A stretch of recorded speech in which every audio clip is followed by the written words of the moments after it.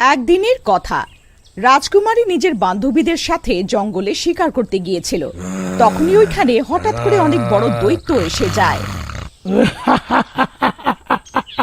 রাজকুমারী, শিগগিরই চলো এখান থেকে, না হলে এই দৈত্য আমাদের সবাইকে এখানেই খেয়ে ফেলবে। যাচ্ছ কোথায়?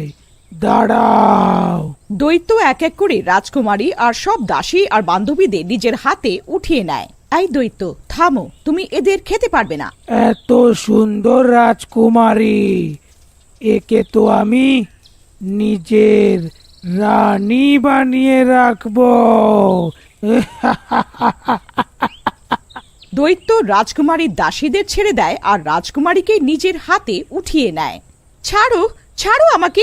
দৈত্য রাজকুমারীকে নিজের ভয়ানক চোখ দিয়ে দেখতে থাকে। সেটা দেখে রাজকুমারী অজ্ঞান হয়ে যায়। হ্যাঁ, আমি একে বিয়ে করব। তোমরা তোমরা ওই রাজকুমারীকে দানবের হাতে কি করে ছেড়ে আসতে পারো? হ্যাঁ, মহারাজ, আমাদের ক্ষমা করে দিন, কিন্তু আমরা কি বা করতে পারতাম? সারা রাজ্যে ঘোষণা করে দাও, যে কেউ আমার মেয়েকে বাঁচিয়ে আমার কাছে আনবে, আমি তাকে আমার মেয়ের সাথে বিয়ে দেব আর ওকে এই রাজ্যের রাজাও বানিয়ে দেব। অন্যদিকে দৈত্য রাজকুমারীকে নিয়ে চলে যায় আর ওকে নিজের গুহাতে বন্দি করে নেয়। চারিদিকে শুধু হাড় আর কঙ্কালই পড়েছিল। আমাকে এখান থেকে যেতে দাও। আমি তোকে বিয়ে করব। না না, তুমি আমাকে বিয়ে করতে পারবে না, কারণ তুমি একটা দানব। কিন্তু আমার তোমাকে বিয়ে করার আছে। আমি মরে যাব, কিন্তু তোমার মতন দৈত্যকে কোনোদিনও বিয়ে করব না।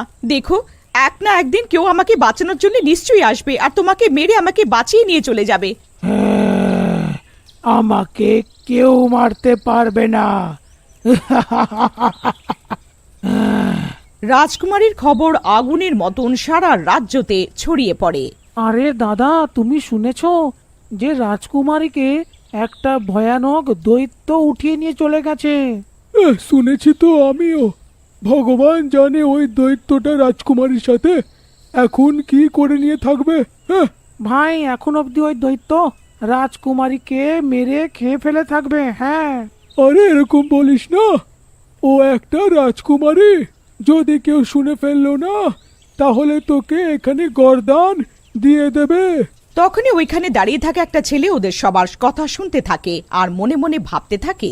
আমি নিয়ে আসবো রাজকুমারীকে। তারপর রাম সিং রাজার সাথে দেখা করে। মহারাজ, আমি রাম সিং, আমি রাজকুমারীকে ঠিকভাবে বাড়ি নিয়ে আসবো। ঠিক আছে, যদি তুমি নিজের সাথে নিয়ে যাওয়ার জন্য সৈন্য বা অন্য কিছু জিনিস নিয়ে যেতে চাও, তাহলে নিয়ে যেতে পারো। হ্যাঁ, ধন্যবাদ। আমার শুধু একটা তলোয়ার চাই, আর কিচ্ছু নয়। তারপর রাম সিং রাজকুমারকে দৈত্য থেকে বাঁচানোর জন্য জঙ্গলের দিকে পৌঁছয়।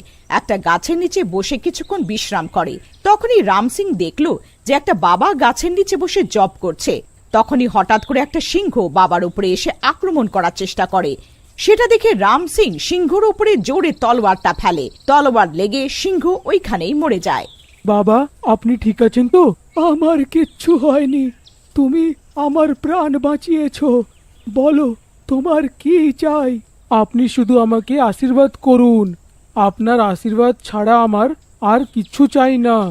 বাবা, আমি তোমার কথা শুনে অনেক খুশি হলাম। বাবা, আমি তোমাকে একটা তন্ত্র সাধনা শেখাচ্ছি, যাতে তুমি যার কারোরই রূপ নিতে চাও নিতে পারবে। বাবা, রাজকুমারীকে একটা দৈত্য উঠিয়ে নিয়ে গেছে। আমি ওই রাজকুমারীকে খুঁজতেই বেরিয়েছি। বাবা ধ্যান করে খোঁজ নেয়। হ্যাঁ, ওই দানব রাজকুমারীকে নিয়ে দক্ষিণ দিশার দিকে ঘন জঙ্গলে একটা গুহা আছে, ওইখানে নিয়ে গেছে। আমি এর আগে তোমাকে আর কিচ্ছু বলতে পারবো না। রাম সিং বাবার আশীর্বাদ নিয়ে বেরিয়ে যায়। তখনই ও ঘন জঙ্গলের ভেতরে একটা গুহা দেখতে পায়। হ্যাঁ, মনে হয় এইটা ওই দৈত্যর গুহা। আমায় এখানেই লুকিয়ে দৈত্যর অপেক্ষা করতে হবে। কিছুক্ষণ পরে দৈত্য গুহার থেকে বাইরে বেরিয়ে চলে যায়। এটাই সঠিক সময় গুহার ভিতরে যাওয়ার। রাম সিং গুহার ভেতরে চলে যায় আর গিয়ে দেখে যে দৈত্য রাজকুমারীকে একটা অনেক বড় খাঁচার ভেতরে আটকে রেখে দিয়েছে। আমাকে এখান থেকে বার করো, ওই দানবটা আমার সাথে বিয়ে করতে চায়। আমি মরে যাব, কিন্তু ওর সাথে বিয়ে করব না। রাজকুমারী, আপনি চিন্তা করবেন না, আমার থাকতে দৈত্য আপনার কিচ্ছু করতে পারবে না। ওই দানবটা অনেক ভয়ঙ্কর, ও ও তোমাকে মেরে খেয়ে ফেলবে। রাজকুমারী, আপনি আমার কথা মন দিয়ে শুনুন, আমি যেমনটা বলছি তেমনটাই করুন। আপনি দানবের সাথে প্রেমের নাটক করুন। যেই দৈত্যর বড় বড় পায়ের আওয়াজ হয়, রাম সিং একটা মাছির রূপ নিয়ে নেয়। ওগো রাজকুমারী, আপনি শিগগিরই আমাকে চুলে লুকিয়ে ফেলুন। রাজকুমারী রাম সিং মাছিকে নিজের চুলের মধ্যে লুকিয়ে নেয়। এর মধ্যে দৈত্য এসে যায়। দুর্গন্ধ, মানুষের দুর্গন্ধ, এইখানে নিশ্চয়ই কোনো মানুষ এসেছে। না না তো, এমনিতেও নিজের মৃত্যুকে ডাকতে এখানে কে আসবে? কিন্তু আমি মানুষের দুর্গন্ধ পাচ্ছি। ও ও তুমি মাংস খেয়ে এসছো, তাই তোমার দুর্গন্ধ পাচ্ছ হয়তো।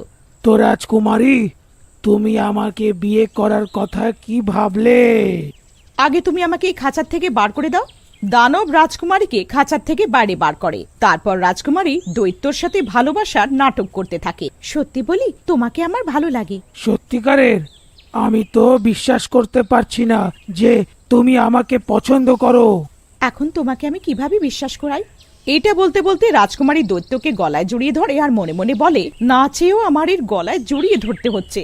হ্যাঁ, তাহলে আমরা আজই বিয়ে করে ফেলবো।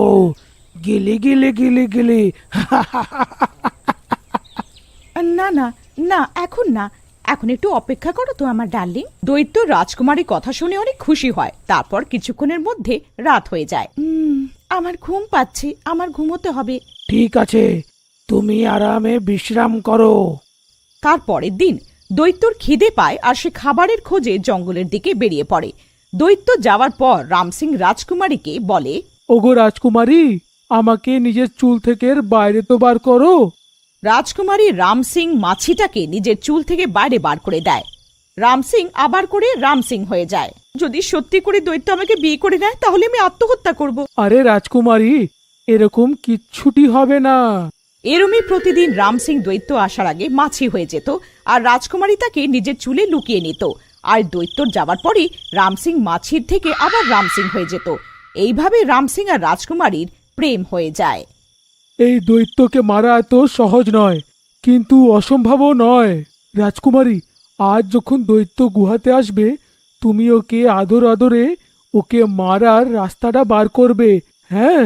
তারপর দৈত্য আসার আগে রাম সিং আবার করে মাছি হয়ে যায় আর ওকে নিজের চুলে রাজকুমারী লুকিয়ে নেয়। আর যেই দৈত্য গুহাতে আসে, কি ব্যাপার, আজ তো তুমি কোনো রাজকুমার থেকে কম লাগছো না। এইটা শুনে দৈত্য খুশির চোটে নাচতে শুরু করে। কখনো কখনো তো আমার ভয় করে যে তোমাকে কেউ মেরে না ফেলে। এইটা শুনে দৈত্য জোরে জোরে হাসতে শুরু করে। আমায় কেউ মারতে পারবে না, কেউ নয়। যে যতই শক্তিশালী হোক না কেন, কেউ নয়। তুমি ঠাট্টা করছো না? কি, তোমায় আমার কথায় বিশ্বাস হচ্ছে না? না, আমি কি করে বিশ্বাস করি তোমাকে কেউ মারতে পারবে না? ওই খাঁচাতে তোতা পাখি দেখতে পারছো? হ্যাঁ, সেটা এমন কি বড় ব্যাপার? ওটা কোনো সাধারণ তোতা পাখি নয়, কারণ ওর ভেতরে আমার প্রাণ লুকিয়ে আছে। যে কেউ ওই তোতা পাখিটাকে মারবে, আমিও মরে যাব। সত্যি? হ্যাঁ, এই রহস্য কেউ জানতে পারেনি আমায় ছাড়া। আর এখন তুমি জানো, কারণ তুমি আমার রানী হতে চলেছ, তাই আমি এটা তোমাকে বলছি। আচ্ছা, আমার এখন ঘুম পাচ্ছে, ঘুমোতে দাও। তারপর রাজকুমারী আর দৈত্য ঘুমিয়ে পড়ে। আর পরের দিন যেই দৈত্য নিজের শিকারের জন্য বেরিয়ে পড়ে, রাজকুমারী মাছিকে নিজের চুল থেকে বার করে দেয়। মাছি আবার করে রাম সিং হয়ে যায়। রাজকুমারী, দৈত্যর আসার আগে আমাদের এই তোতা পাখিকে মারতে হবে, যার ভিতরে ওর প্রাণটা লুকিয়ে আছে। হ্যাঁ হ্যাঁ, আমার শিগগিরই করতে হবে। রাম সিং যেই কাকাতুয়াটাকে খাঁচা থেকে বার করে নিজের হাতে ধরে, আহ আহ ও আমার শিগগিরই তোতা পাখির কাছে পৌঁছাতেই হবে। দৈত্য তাড়াতাড়ি করে কাকাতুয়ার কাছে পৌঁছানোর চেষ্টা করে। তখনই রাম সিং কাকাতুয়ার গলা ধরে নেয়। দৈত্য ল্যাংচাতে ল্যাংচাতে রাম সিংকে ধরার চেষ্টা করে আর রাম সিং কাকাতুয়ার গলা ধরে মটকে দেয়। আর কাকাতুয়ার মরার সাথে সাথে দৈত্যরও নাশ হয়ে যায়। আর রাজা রাজকুমারী আর রাম সিং এর বিয়ে দিয়ে দেয়।